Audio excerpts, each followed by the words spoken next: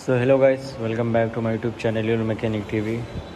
तो आज हमारे पास है पल्सर 150 BS4 मॉडल।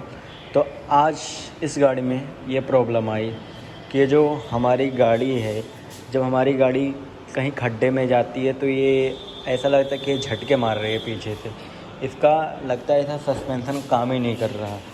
तो आज हम इस वीडियो में फुल डिटेल में आपको बताएंगे कि इस प्रॉब्लम को आप कैसे फिक्स कर सकते हो। तो चलिए शुरू करते हैं। तो सबसे पहले यहाँ पे जो हमारी सस्पेंशन लगी होगी, आपको देखना क्या कि आपके नॉर्मल अब्सॉर्बर सॉकअप है कि या नीट्रो वाले हैं। तो उसको चेक करने के बाद आपको यहाँ पे जस्ट टायर को हिलाना है ऐसे ऐसे। अगर ये यहाँ से हिल रहा है, यहाँ से, तो इसका मतलब आपका जी जो कैची के अंदर जो बुश लगता है वो ख़राब है, नहीं तो आपके सॉकर में प्रॉब्लम। तो अभी हम इस प्रॉब्लम को फिक्स करेंगे। तो इस गाड़ी में प्रॉब्लम ये थी कि ये जो यहाँ पे आपको एक एडजस्टमेंट का नट दिख रहा है, ये जस्ट एकदम लूज़ हो गई थी। तो अभी हम इस वीडियो में इसको टाइट करके आपको दिखाएंगे और उस प्रॉब्लम को फिक्स करके दिखाएंगे। तो जस्ट आपको इसको राइट साइड में आपको कुछ इस तरीके से घुमाना है। उसके बाद हमें राइट वाले शॉकर में भी ऐसा करना होगा।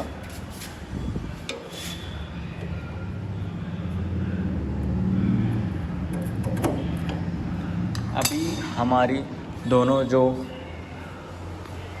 पीछे की शॉकर थी उसको हमने थोड़ा, इसका जो एडजस्टमेंट था उसको बढ़ा दिया है, ताकि जो हमारी गाड़ी खड्डे में आवाज़ कर रही है या ऐसे ऐसे हो, मैंने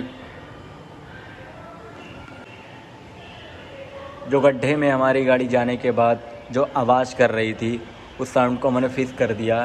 क्योंकि जब हमारा शॉकअप कुछ दिन तक चल जाता है तो इसकी जो कैपेसिटी होती है वो ज़्यादा नहीं हो पाती है, लूज़ हो जाता है। तो उसको हम हर गाड़ियों में, हर शॉकअप में यहाँ पे एक फिक्स करने के लिए नट एडजस्टमेंट होता है, जिसकी वजह से हम हमारे शॉकअप को एडजस्ट कर सकते हैं। तो ऐसा नहीं कि आप एक ही शॉकर को एडजस्ट करें, जब भी शॉकअप एडजस्ट करें तो दोनों को साथ में एडजस्ट करें। आई होप आपको वीडियो अच्छी लगी। तो अगर आपकी गाड़ी में भी ऐसा प्रॉब्लम आ रहा है तो आप भी ये वीडियो की ट्रिक से उस प्रॉब्लम को ईजिली सॉल्व कर सकते हो। तो अगर आप हमारे चैनल पर नए हो, चैनल को सब्सक्राइब करना मत भूलिएगा।